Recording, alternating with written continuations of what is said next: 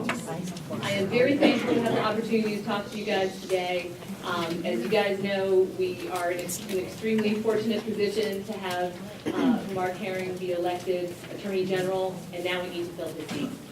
And I am very honored to tell you that I will be running for the 33rd District Senate as a Democratic nominee. Okay?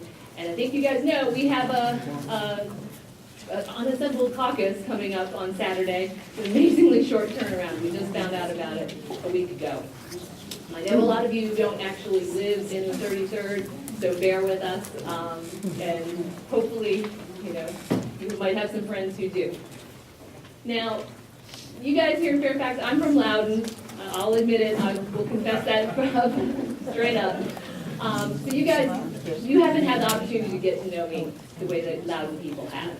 So I'm very happy to have this opportunity, especially before our caucus, to introduce myself and tell you a little bit about myself. I am a lawyer by trade. I live in Leesburg. I'm married with two young sons. They're 8 and 10 years old. I practice law all over Northern Virginia. And I came to Loudoun County in 2001 to work as an assistant Commonwealth's attorney.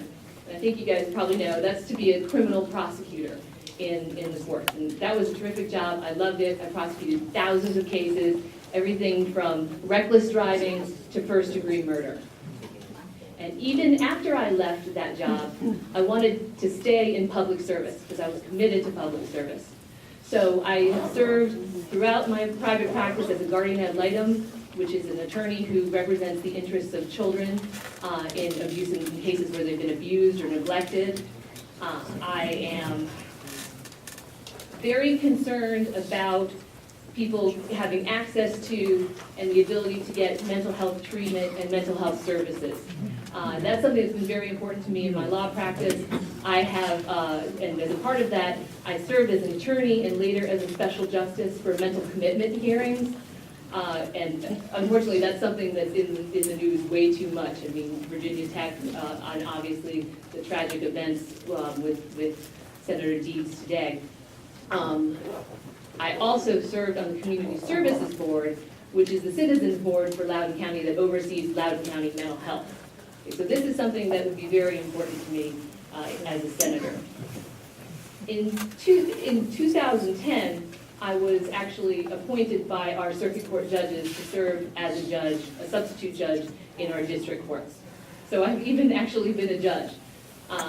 And I had to resign that in 2011 because I made a very big decision to run for Commonwealth's attorney. There was some bad stuff going on in Commonwealth's attorney's office, and nobody was willing to step up. Nobody was willing to take on Jim Plowman, who was our two-term incumbent Republican, good old boy network. Nobody was willing to take him on, but I said, I'll do it. And I threw everything into it. I started with a handful of volunteers. I had a shoestring budget, and we knocked on thousands of doors, made thousands of calls, touched thousands of voters, and we had a positive message.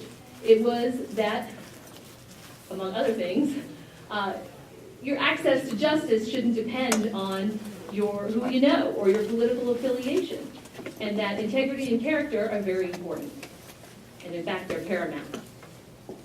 So after that, I didn't win, newsflash, but I did run an extremely competitive race, and I almost won. And in fact, I won the precincts, the 33rd District precincts in Loudoun. Okay?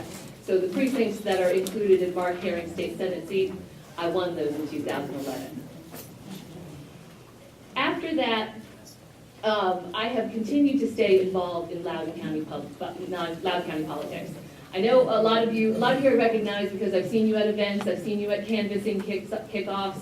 I, like probably all of you in the room, I mean, have spent the last 6+ months knocking on doors, making phone calls, getting people out, and it's because of us that I get to stand here today because we got Mark Herring elected and we got a whole bunch of other great folks elected as well.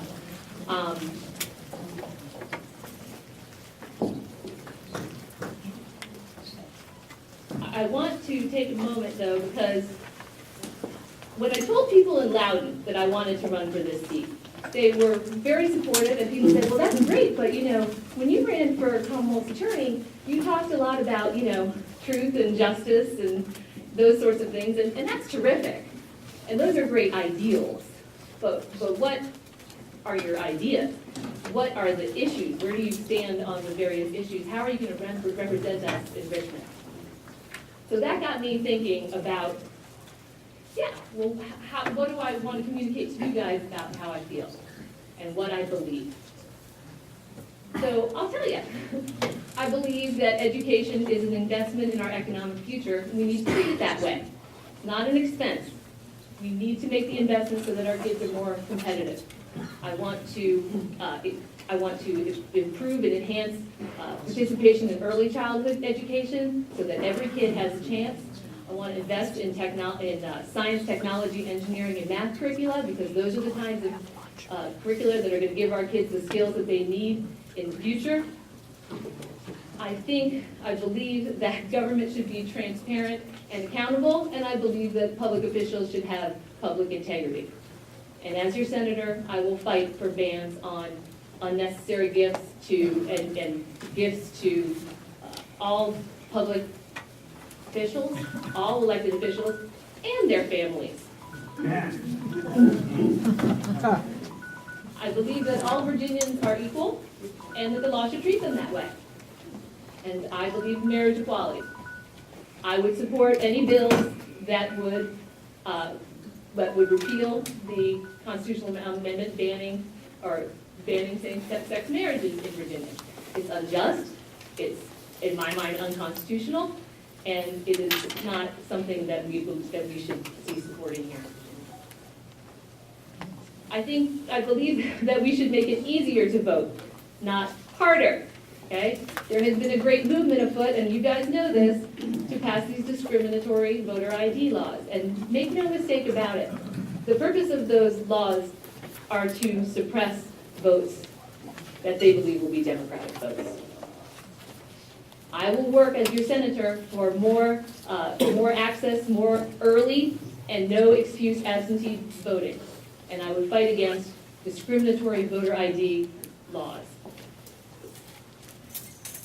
I believe that we need to protect women's right to control our own health care and to keep the government out of our family planning decisions.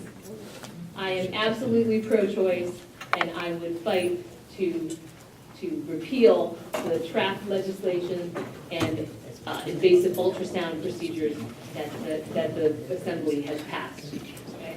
I want to get rid of those. Better wrap up. So those are the issues. I would ask that you learn more about me. I have a website, wextonforstatesenate.com, and my Facebook page, also Facebook at Wexton for State Senate. To learn more about me, it's got some more information about my bio and everything. We have this unassembled caucus coming up on Saturday. And I would submit to you, when you decide to vote, when you decide on who you're going to support, don't think, it's not a Fairfax seat, it's not a Loudoun seat. I'm not a Fairfax we're not Fairfax Democrats, I'm not a Loudoun Democrats, we're all Democrats here. Yes. And what we need to do is keep the 33rd blue. Yeah. And I would submit to you that I am the better candidate to do that. So I ask that you do your homework, take a look at my site, read up on the issues.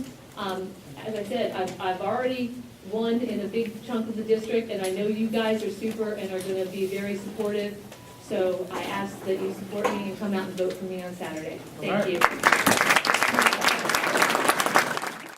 So Sheila cannot be here tonight because she's a current town council member for the town of Herndon. I just want to give you a bit of a background on Sheila. And she's been in the town of Herndon for over 20 years, been very active in the community, been elected and re-elected to the town council. She has a background in a Bachelor of Science in Health and a Master of Science in Public Health Administration. She's got a very in-depth background on healthcare issues, also on public transportation issues, land use planning issues in conjunction with public transit stations and metro extensions.